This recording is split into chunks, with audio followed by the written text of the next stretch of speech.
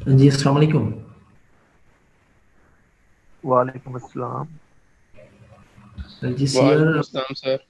वालेकुम जी सलाम सर। जी shear shear हैं। Yes sir. Yes sir.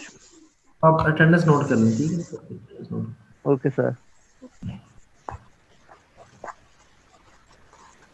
तो आज नेक्स्ट चैप्टर हमारा जो है चैप्टर नंबर 5 उसी बुक का। तो उसमें इससे पहले हमने सर्किट्स के बारे में पढ़ा था, फिर उसके बाद सीरीज सर्किट्स के बारे में था। अब नेक्स्ट है पैरेलल सर्किट्स। पैरेलल सर्किट्स जो है ये खास किस्म का स्पेसिफिक सर्किट होता है। तो इसकी डेफिनेशन है a parallel circuit is any circuit that provides one common voltage across all components. कि किसी भी सर्किट में जो भी उसके कंपोनेंट्स होंगे वो डिफरेंट कंपोनेंट्स होंगे, वो डिफरेंट रेजिस्टेंस होंगी, और तमाम में वो एक ही कॉमन वोल्टेज, जो इट मीन्स कि उसमें एक common voltage across all the components जो है वो होती है। इससे पहले जो सीरीज सर्किट था उसमें हर रेजिस्टेंस के अक्रॉस जो वोल्टेज था वो डिफरेंट था। लेकिन इसमें जो है इसकी बेसिकली अगर इसको डिफ्रेंशिएट किया जाए तो यही है कि उसमें उसमें वोल्टेज डिफरेंट होता था हर रेजिस्टेंस का, लेकिन इसमें हर रेजिस्टेंस के अक्रॉस सेम वोल्टेज होगा। तो ये बेसिकली यही इसकी ब्यूटी है। Each component across the voltage source provide the separate path और ब्रांच फॉर करंट फ्लो। इसमें हर सर्किट इस सर्किट में करंट के फ्लो होने के लिए जो है डिफरेंट पाथ होते हैं। एक सेम उसमें सेम पाथ होता है और इसमें जो है डिफरेंट पाथ होते हैं। उसमें डिफरेंट वोल्टेज होती है और इसमें सेम वोल्टेज होती है। तो यही इसका डिफरेंस है। The individual branch circuit, the individual branch current are calculated as VA over R, as VA is the applied voltage and R is the individual branch resistance। तो इसी तरह जिस तरह हम ओम लॉ के थ्रू जो है I is equal to V over R, तो I कैलकुलेट करने के लिए I चूँकि तमाम कंपोनेंट में सेम जो है वो खैर डिफरेंट होगा, तो इसलिए जो है V ओवर R हम इस तरह जो है इसमें कैलकुलेट कर सकते हैं। The total current IT supplied by the applied voltage must be equal to the sum of all individual branch currents। जो है वो इसका इसका टोटल करंट जो है वो सम अप करने के लिए हम जो है वो इसके तमाम इसके इंडिविजुअल कंपोनेंट्स के करंट के इक्वल होता है। The equivalent circuit equivalent resistance of the parallel circuit equals the applied voltage VA divided by the total current IT। The term equivalent resistance refer to a single resistance that would draw same amount of current as all the parallel connected branches। The equivalent resistance of the parallel circuit is designated by REQ। Equivalent circuit की जो resistance होगी उसको REQ mean are equivalent के नाम से। तो इस chapter में जो है this chapter covers all the characteristics of parallel circuit including important information about how to troubleshoot a parallel circuit containing a defective component। इस चैप्टर में एक तो हम पैरेलल सर्किट के बारे में तमाम इन्फॉर्मेशन पढ़ेंगे, और दूसरा कि अगर उसमें कोई ट्रबल शूटिंग है, कोई उसमें फॉल्ट आ जाता है, तो how to solve, how to जो है how to tackle such type of trouble shooting, उसको हम किस तरह जो है उसके पार्ट को कैसे टैकल करेंगे और कैसे उसको सॉल्व करेंगे। जी यहाँ तक को पॉइंट आप पूछना चाह रहे हैं तो आप पूछें।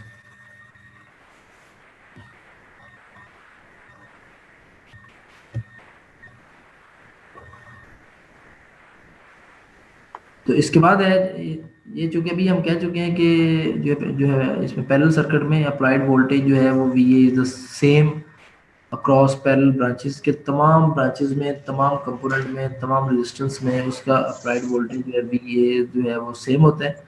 तो नीचे ये एक डायग्राम है, नीचे एक सर्किट है figure 5.1 example the parallel circuit with two resistors wiring diagram and schematic diagram. ये इसकी स्कीमेटिक डायग्राम है, ये इसकी वायरिंग डायग्राम है, जिसमें हम देख रहे हैं कि ये सर्किट है। सर्किट में सर ये स्क्रीन शो नहीं हो रही। शो नहीं हो रही, आपको नहीं हो रही या किसी को भी नहीं हो रही? हो रही है सर जी। वो आपको कोई सर फॉल्ट, ये बाकी सबको हो रही है? Yes sir. Yes yes sir. Sir.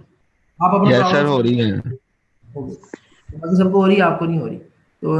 तो इसमें देखें ये एक सर्किट है, इस सर्किट में ये एक बैटरी कनेक्टेड है और बैटरी कनेक्टेड है, और इसमें टू रेजिस्टेंस R1 R2 तो लेकिन ये दोनों जो है वो डिफरेंट पाथ हैं इसके लिए। जो अगर इसमें करंट के लिए इसका करंट इस तरफ से फ्लो होगा, इसका करंट इस तरफ से, इट मीन्स कि दोनों का अलग से पाथ है। इसका करंट फ्लो का पाथ जो है डिफरेंट है, रेजिस्टेंस भी डिफरेंट है, करंट फ्लो का पाथ भी डिफरेंट है, लेकिन इसमें वोल्टेज जो है वो जो बैटरी की वोल्टेज है वो दोनों तरफ जो है बैटरी की वोल्टेज जो सेम होगी। तो ये जो है ये पैरेलल सर्किट, इसको जो है ये तो कि ये दोनों आपस में पैरेलल है, ये इसमें दोनों रेजिस्टेंस, इसलिए इसको पैरेलल सर्किट का नाम दिया जाता है। इसी तरह सपोज ये वाला अगर हम जो है वो फिगर 5.2 एक्सक्यूज मी सर। में, जी जी। सर कुछ अफगानिस्तान से स्टूडेंट्स आए हैं तो उनको उर्दू में समझ नहीं लगती, तो सर इसलिए इंग्लिश में लेक्चर डिलीवर कर दें। अच्छा चलो ठीक है, कितने स्टूडेंट हैं इसमें जो जो 3 है सर। ओके ओके चलो ठीक है।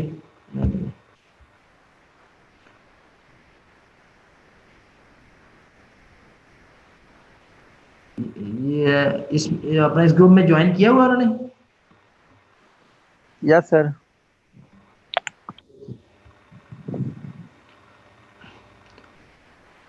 So now we are studying the parallel circuit. As we know, in this electronics there are two types of circuits. One is the series circuit, and another type of circuit is the parallel circuit.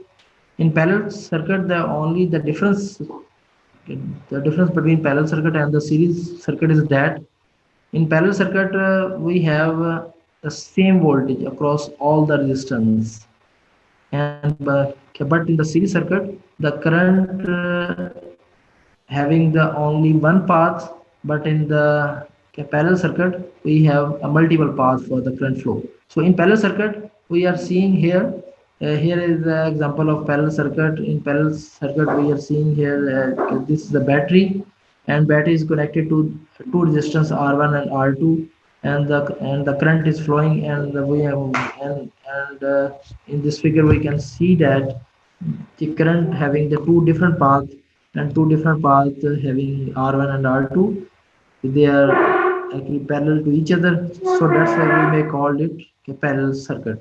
And in the another diagram we can see the first one is the light bulb and the toaster connected in the parallel with the 120 volt line, wiring diagram, schematic diagram. In this figure we can see that actually in this figure the bulb and the toaster also work as a resistor. So in this current, this is a light bulb having the 100-watt power, and 120 volt is the voltage, and other one is the toaster having the 120 volt is the voltage, and 600 watt is the wattage of this toaster, and these are connected as a parallelly. So in this way we can draw that another diagram is the resistance R1. R1 is the resistance of the bulb, and R2 is the toaster resistance. So these are connected parallelly, and 120 volt is the voltage. So that's why we can solve it by parallel circuit theory. And in parallel circuit theory we can also we have another law that's called Kirchhoff law, KCL, or and also Kirchhoff voltage law, that having the KVL. So next is the 5.2. Each branch I equals V over R. So we can solve the current of any component by using this formula VA over R. VA is the total voltage, and R is the resistance. So I1 is equal to VA over R1. VA is a 10 over 10 is equal to 1 ampere, and similarly I2 is the V over R2.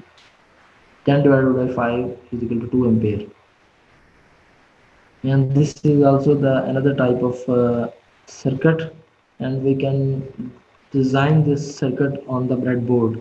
And this is the schematic diagram of the breadboard. And after that, example 5.5, in figure 5.4 solve the each branch current I1 and I2. So we can calculate I1 and I2 for this parallel circuit as well. And the next is the Kirchhoff voltage law and the current law, Kirchhoff current law, KCL. So in the previous chapter, we also studied the Kirchhoff current and voltage law. So in this law, Kirchhoff scientists can describe the current flow in the circuit. The component to the connected in the parallel circuit are usually wired directly across each other with the entire parallel combination connected to the voltage source as illustrated in the figure 5.5. This current is equivalent to the wiring each parallel branch directly to the voltage source. तो जो है इसमें main the advantage of having the one line pair of the connecting leads to the source for all the parallel branches is that usually less wire is the necessary. This pair of lead connecting all the branches to the terminal of the voltage source is the main line. In figure 5.5, the wires from G to A on the negative side from B to F in the return path from the main line. So according to this law, we can see here this is the total voltage that is connected to is the battery main line and connected to the R1 having 20 ohm and R2 is the 10 ohm, and these all are parallelly connected, and we can solve this and we can calculate the total current of the circuit. IT is equal to I1 plus I2 plus I3 and so on, etc. So these are all are the branch currents. So in the parallel circuit, by Kirchhoff voltage or Kirchhoff current law, according to Kirchhoff current law, in the parallel circuit, the total current of the circuit will be the sum of all individual branches current. So that's why we can see IT is equal to I1 plus I2 plus I3 and so on. So this is the Kirchhoff current law. So any question you may ask? जी वालेकुम सलाम। Sir ये जो Kirchhoff current law है ये long question है कि short question है? ये आपको जो है दोनों तरफ से ही हो सकता है। अगर ज्यादा लेंथी करेंगे तो ये लॉन्ग है, तो अगर स्मार्ट अगर जैसे इसकी डेफिनेशन होगी तो short question.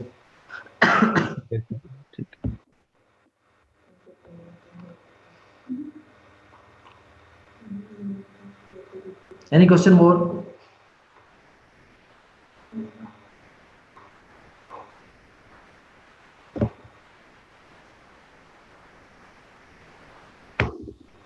And in the next example 5.2, an R1 of 20 ohm, R2 of 40 ohm, R3 of 60 ohm are connected in the parallel across the 120 volt power line.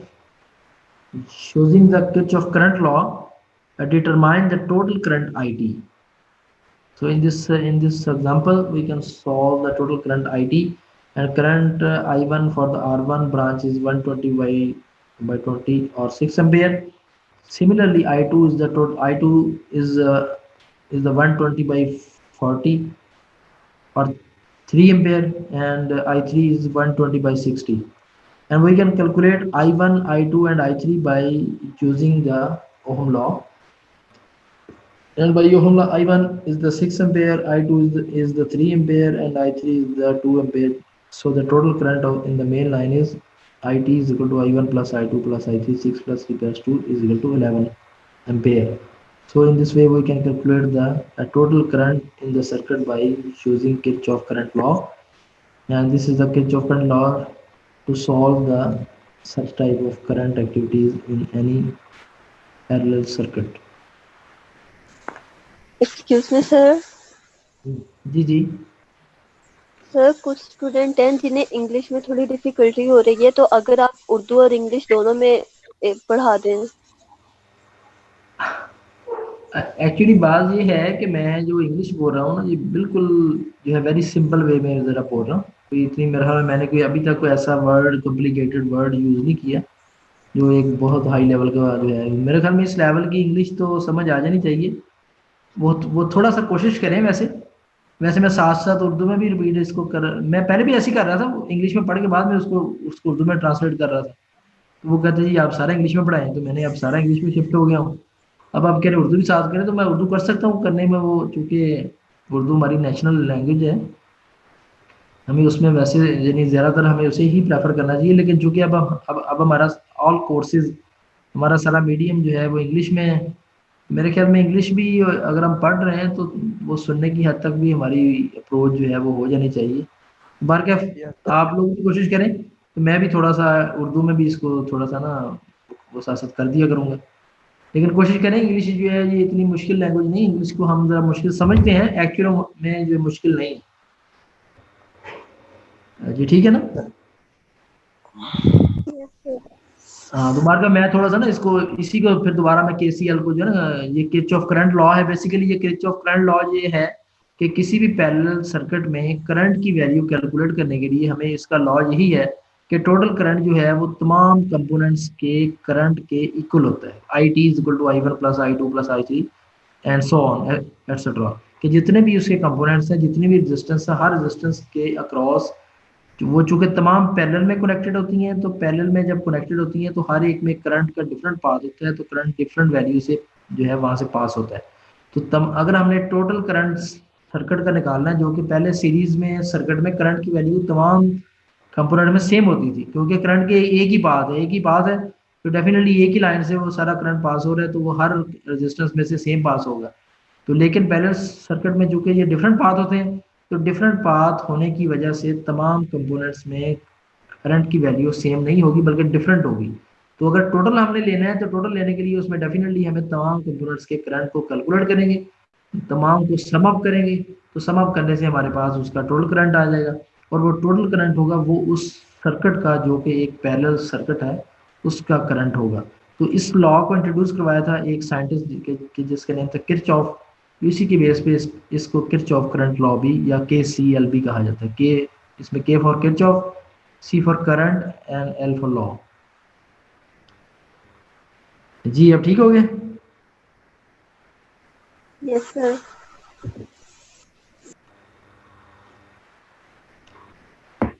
And the next in the next page we may see the example of 5.5, 5.3, 5.4, and these are all the example attached with the Kirchhoff voltage law, Kirchhoff current law. So we can calculate, we can see here in this example 0.1 ampere and 500 milliampere and 800 microampere. So first we convert this milli and micro to ampere, and then we may add all these components. So that's why we get this is the total current IT is equal to 600.8 milliampere. We can convert it into milli or micro or the ampere in the same unit.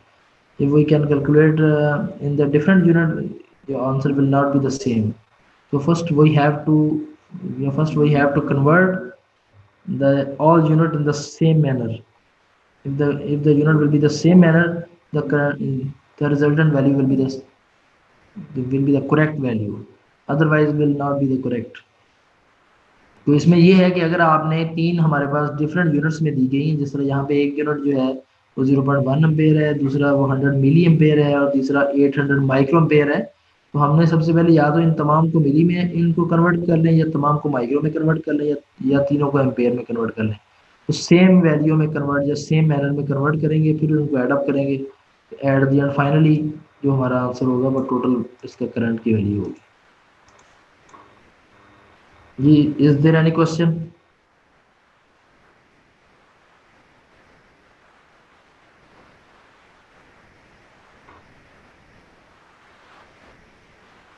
And after that, in the parallel circuit, the resistance is in the parallel circuit.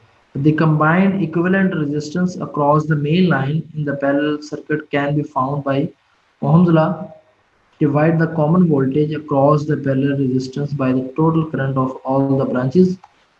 So we can calculate the resistance R is equal to V over IT, and the total resistance will be the equivalent resistance, and we may call it REQ. So in this example, also there is a two resistance R1 and R2 and are connected parallel in the same circuit, and we can convert this circuit to another circuit.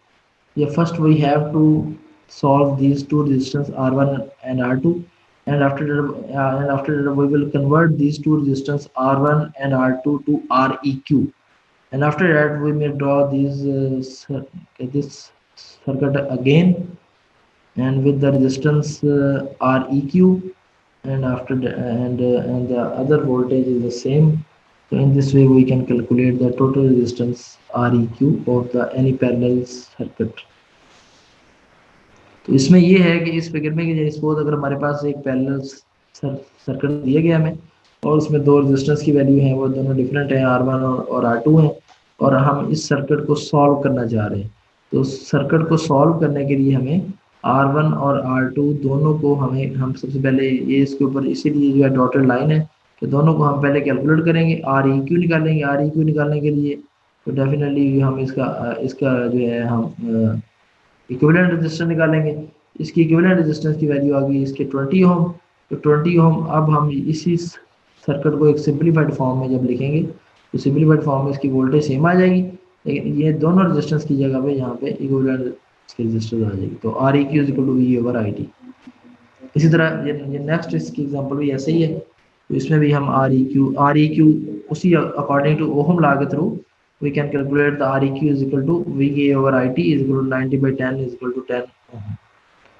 So we can see all these examples are related to parallel circuit in this chapter.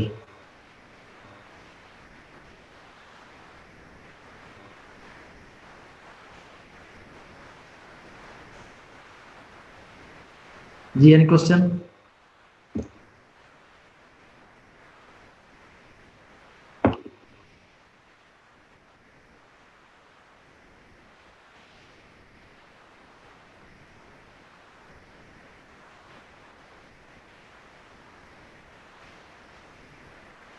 ये आवाज आ रही है सबको? Yes sir. तो चलें ठीक है, यहाँ तक कर लें। ये इसमें जितनी भी एग्जांपल जो आज हमने पढ़ी हैं, ये साथ साथ जो एग्जांपल्स हैं और जो हमने पॉइंट्स पढ़े हैं, तो ये आज इतना ठीक है ना? बाकी नेक्स्ट इंशाल्लाह पढ़ेंगे। जी जी सर लास्ट लेक्चर में एक कंफ्यूजन थी थोड़ी। जी बताएं क्या कर रही है? सर ये difference between earth chassis and common ground, sir इसमें बता दें जरा इसका। अर्थ चेसिस एंड ग्राउंड, ये एक्चुअली ग्राउंड जो होता है ना, कोई भी सर्किट का ग्राउंड करना, तो नीचे ग्राउंड होता है कि जहां उसकी जो है उसको नीचे के, यानी सपोज कोई भी सर्किट जब अगर हम ब्रेड बोर्ड पे उसको करते हैं ना, अगर उसको ड्रॉ करते हैं, उसको डिजाइन करते हैं, तो उसको ग्राउंड कर दिया जाता है। तो नीचे ग्राउंड लेवल पे जो है उसका जीरो पोटेंशियल होता है, तो वो ग्राउंड करना वो जो है इट मींस जीरो पोटेंशियल दे रहे हैं हम उसको। और अर्थ चेसिस भी ये दोनों डिफरेंट टर्म्स हैं, इसमें थोड़ा बहुत जो है डिफरेंस है, ऐसा सच कोई डिफरेंस नहीं। Okay sir.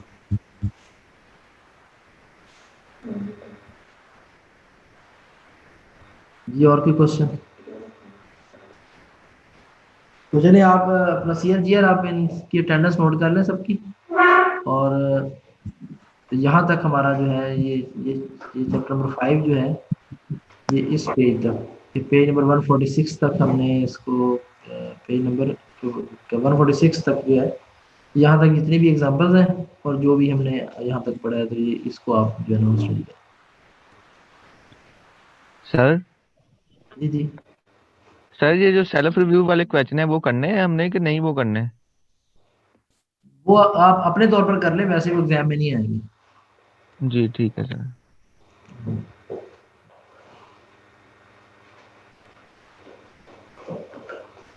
अस्सलाम वालेकुम सर।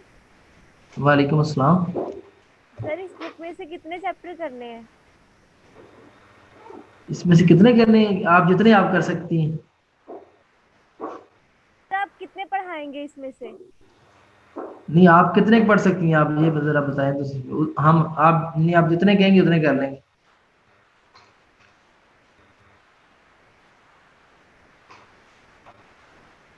सर अस्सलाम वालेकुम। जी वालेकुम सलाम। सर 2 मिड के लिए रख लें, 2 फाइनल के लिए रख लें, ऐसे कर लें या? अच्छा चले ठीक है, जैसे एज यू लाइक। सर फिर हमारे प्रैक्टिकल कब होंगे? आपको प्रैक्टिकल वो आपको जब आप फिजिकली आएंगे तभी होगा प्रैक्टिकल। ऑनलाइन करवाएंगे आप? नहीं नहीं, प्रैक्टिकल ऑनलाइन नहीं होता। ये तो सर हम थ्योरी तो पढ़ रहे हैं, तो सर जो सारी प्रैक्टिकल की थ्योरी भी यही होती है, तो प्रैक्टिकल तो फिजिकली होते हैं ना, जब आप आएंगे तभी होंगे प्रैक्टिकल। Okay sir. ठीक है ना जी, इसके 4 चैप्टर पर हम जो है पढ़ेंगे। ये बल्कि इससे पहले भी जो जो खैर पूछ रही थी लड़की एक, उनको बता दें कि टोटल 4 चैप्टर पढ़ेंगे हम। तो यही इसका सही। ये हमने पूरी बुक नहीं पढ़ी, ये पूरी बुक जो है बहुत लेंथी है, तो आपने शायद यही समझा कि पूरी बुक पढ़नी है। तो पूरी बुक नहीं पढ़नी, ओनली 4 चैप्टर जो है हम इसमें पढ़ेंगे। Okay sir.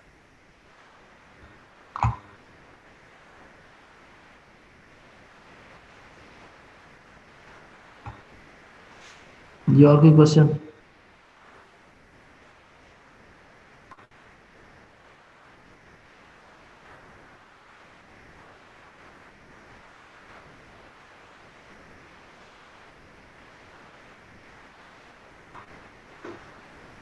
सर जी जी।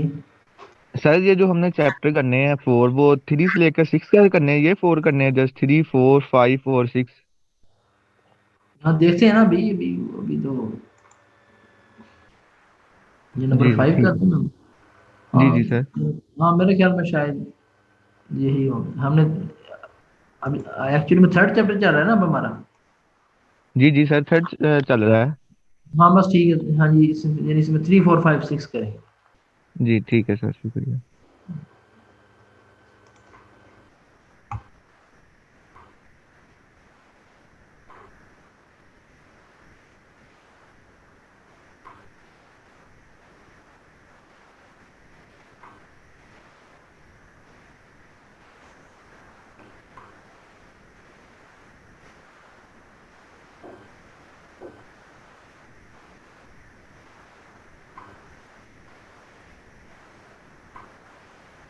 जी जी, और कोई क्वेश्चन है तो ठीक है, अदरवाइज तो फिर ठीक है, इंशाल्लाह नेक्स्ट क्लास में होगी इंटरेक्शन।